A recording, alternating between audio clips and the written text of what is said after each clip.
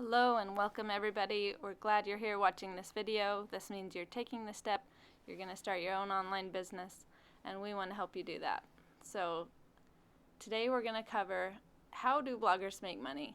Also, we're going to show you, once you get started, every step you need to take before you start making content. Now, I want to tell you first off, what you really need to do is just remember balance.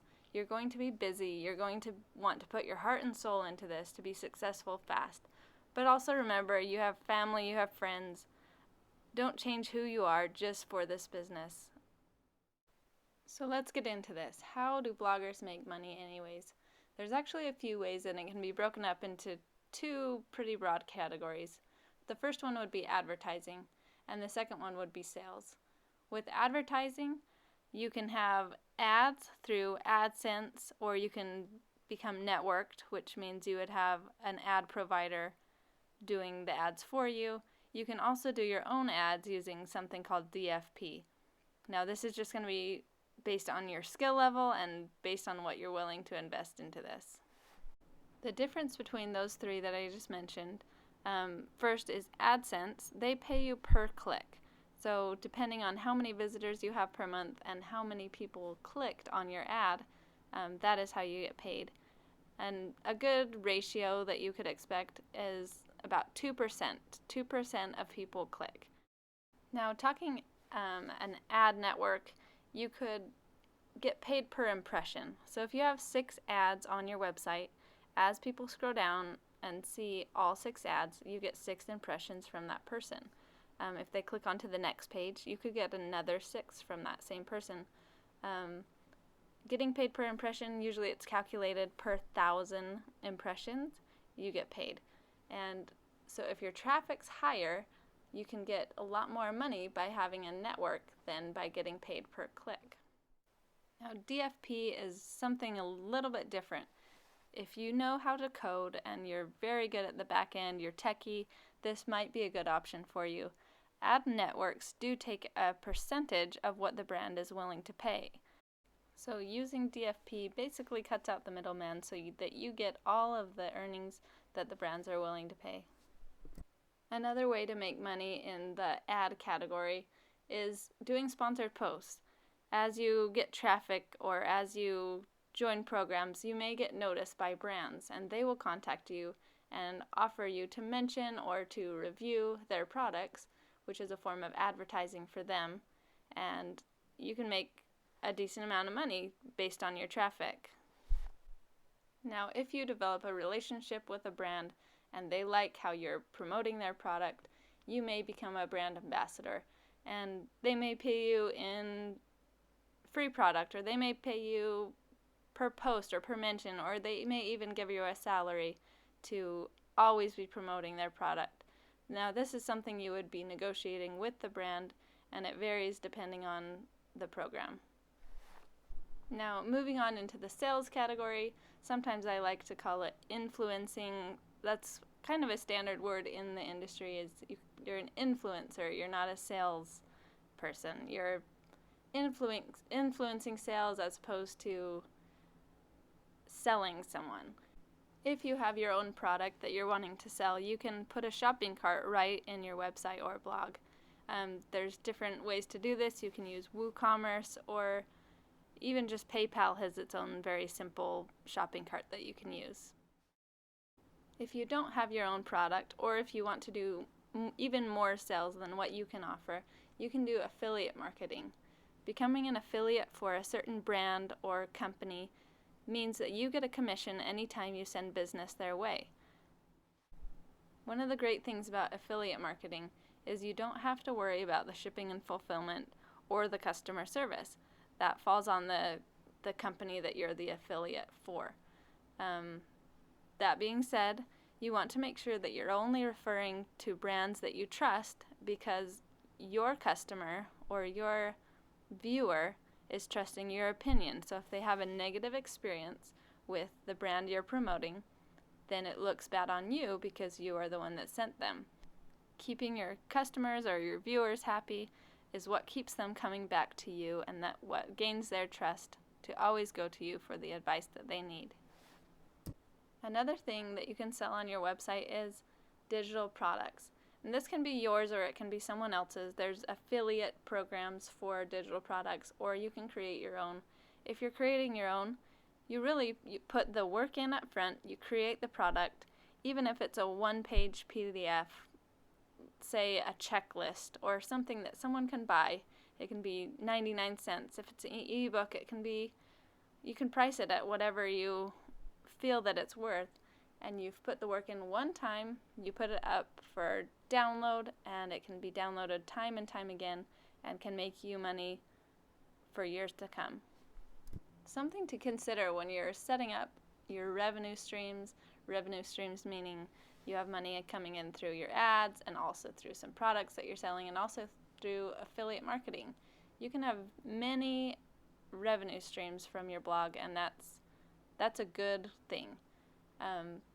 But think about how you're setting it up, because if you're doing mostly ads or advertising, you're sending customers away.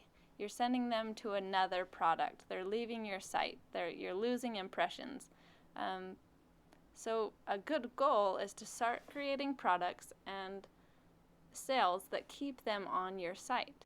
By doing this, you create a perfect customer for you. They're there for what you have to say. They love what you have, and they're going to stay.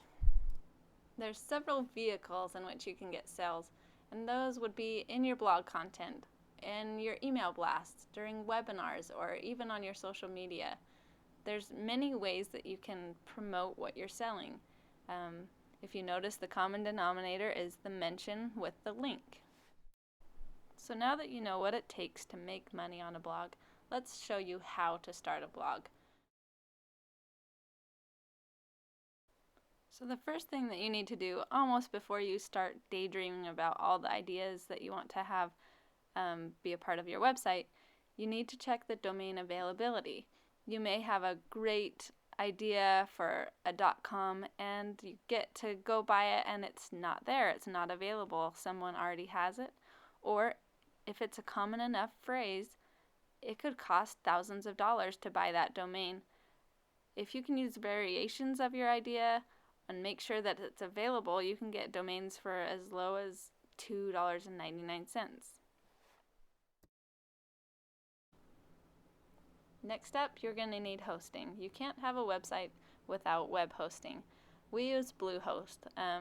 There's many reasons why we could tell you that we use Bluehost, but as your traffic grows, you want to make sure that you're not going to have timeouts, that they're going to have everything that you need to be found by search engines. There's so many reasons why you want to have a good host. So we do recommend Bluehost. And one great thing about Bluehost is that they have an affiliate program. So if you're wanting to refer a friend on where to get their hosting, you can get a commission on that. Two little side notes. You're going to want to check the email availability. Make sure that you can use the email that you want to use. And also on your social accounts, you want to, as much as you can, be branded the same way. If you have a Twitter handle that's different from your Instagram handle, that's different from all of the other social accounts, it's going to be harder for people to find you as if you have one consistent handle or branding on social media. Now, I'm sure you've noticed there are thousands of social media channels across the world, so don't feel like you have to use them all. Choose the ones that work for you, the ones that you like to use, the ones that your audience is likely using. Once you've scouted out all of the social media platforms that you want to use and make sure that you can use consistent branding, go ahead and set them up. This will come maybe as a surprise, maybe not. Maybe some of you know how long social media takes. Even if you choose 6 channels that you want to be active on, you can spend a lot of time trying to keep up with being social and promoting. There's so much that goes into it. So a key thing that every single blogger needs is a scheduler. I can be the first one to tell you that not all schedulers are created equal. There are some that are really great for Twitter that can't do Pinterest, and there's some that can't do Facebook but are really great at Instagram. So you'll find yourself using schedulers and maybe multiple schedulers to get everything out that you want out.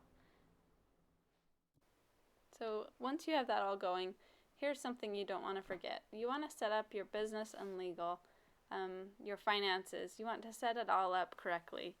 So decide what business entity you want to be. If you're just going to be self-employed, if you're going in on this with someone, set it up properly so you are protected and it makes it easy at the end of the year. After you've done that, that's a good time to set up your financial accounts, whether you're just needing PayPal to accept payments or if you want to set up a new business account at your bank to keep everything separate. Decide what you need to do for your business. Finally, you can get going on your website. Using WordPress, you can download the theme that you want and get started. Get it integrated with your hosting and make sure that your site is live. Now the fun part begins, playing with your website, figuring out what you need in the back end, finding what plugins you need to make everything really efficient. If you're not familiar with WordPress or your platform, now would be a good time to start watching some tutorials on how to get started. So your home screen should be a landing page where someone can see exactly who you are, exactly what you offer, and know within that page whether they want to become your customer. Because first impressions are all we have as bloggers, make sure that you're utilizing the home page or the landing page to fulfill the goals that you have for your business. Here you can see a website flow. This is how you can sell strategically. Your content is what's going to bring your customers. If you offer them value every single time that they come to your website, they're your customers for life. Something that can set you apart and also help you grow your email list is offering free gifts. Free gifts don't have to cost you money. It can be something as simple as a one-page download or free access to a restricted post. It can be anything that encourages them to opt into your email list to get access. Once you have people on your site discovering who you are and what you have to offer, show them your low-end offers. Show them your ebooks that you have for sale. Show them the small products. Once they have showed interest in your low-end offers, that's when you know that they are the right customer for your higher-end offers, such as subscriptions or anything that might be a little bit too much for someone that has just visited your website for the first time.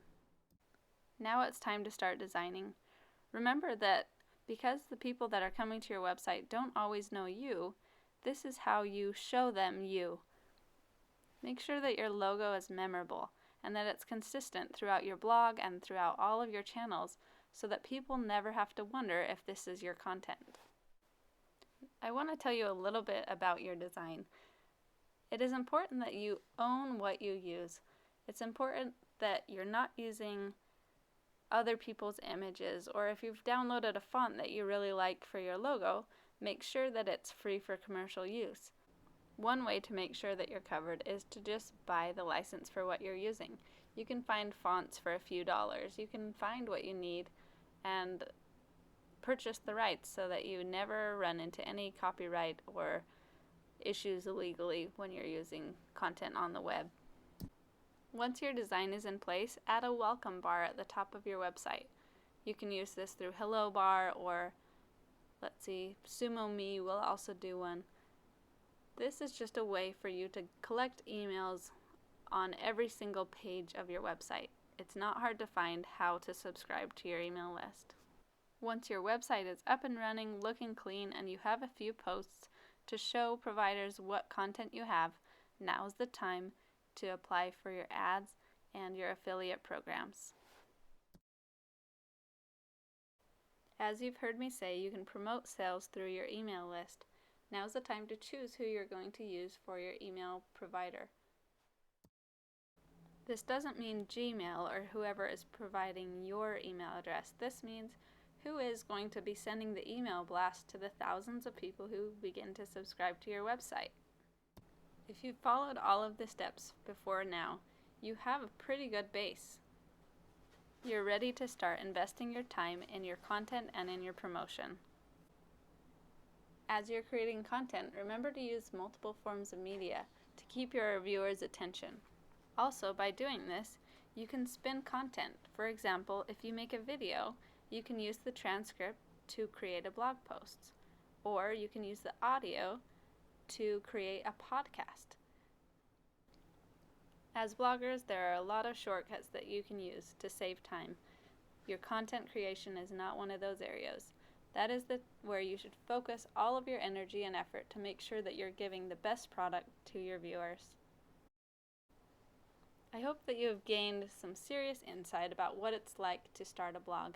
There's a lot of work up front, but once you get going, you go at your own pace, and it's a really great job from home.